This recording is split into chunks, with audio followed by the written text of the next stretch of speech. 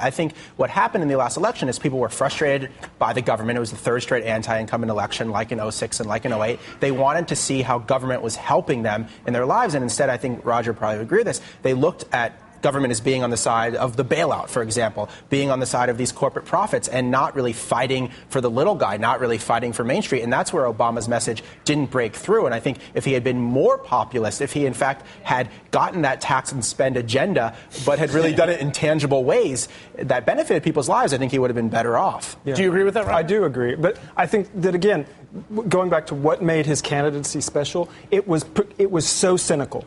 I mean, looking back, I just think there's no question that he identified his gift, he identified his angle, he came up with this beautiful rhetoric, but it was ultimately empty.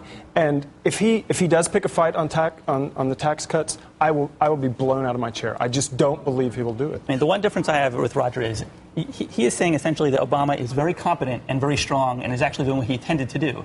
And I'm arguing that he might have had a good vision in the future, might have actually believed it, but kind of his unwillingness to fight has essentially sabotaged his ability to get I don't done. think he's competent. I think he's politically incompetent. Okay. I do. And I think just on the record, you actually think he has ill intent and is incompetent. Well, I don't think his intent is malignant. Right. I think it's just conventional. He just wants to succeed. He doesn't.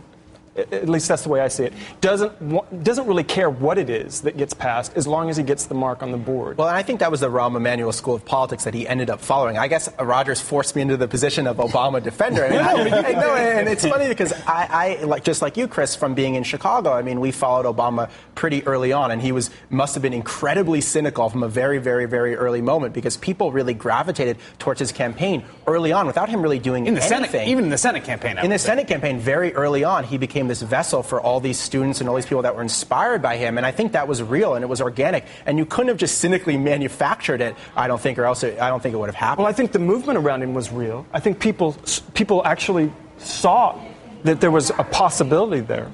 But I think ultimately he didn't care.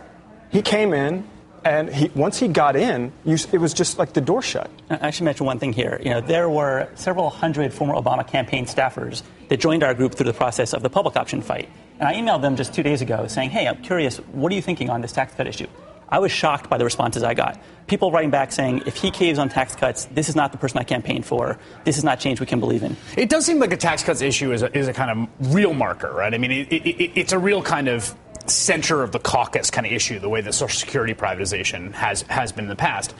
Okay, so let's say that is the case. The tax cuts fight is going to be the biggest one to march around. How do you see, where's the daylight in terms of moving this in the right direction? I mean, if what Roger's saying is right, I mean, I'm curious to hear this from you first, Roger. Where do you see the sort of flexibility in the system at this point for people to have an impact on a fight like that if the sort of ending has already been written?